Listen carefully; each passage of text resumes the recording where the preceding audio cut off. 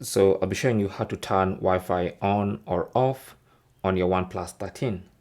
So the easiest way to do it is by swiping down from the top, and then you have the Wi-Fi option, and you can tap on that Wi-Fi capsule to turn Wi-Fi off, and you can tap on it again to turn it on. It's literally that simple.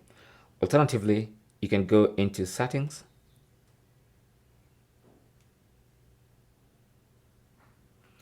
and then under settings you should see Wi-Fi. Tap on that, and then you have a button or a switch to turn Wi-Fi off or to turn Wi-Fi on. So that's basically how to do that. Now, as soon as Wi-Fi gets on, it's going to automatically connect to any saved Wi-Fi network that's within range.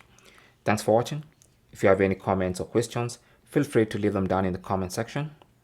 If you found this video useful, don't forget to leave a like, possibly even subscribe for more tips, and I will talk to you in the next one. Good luck.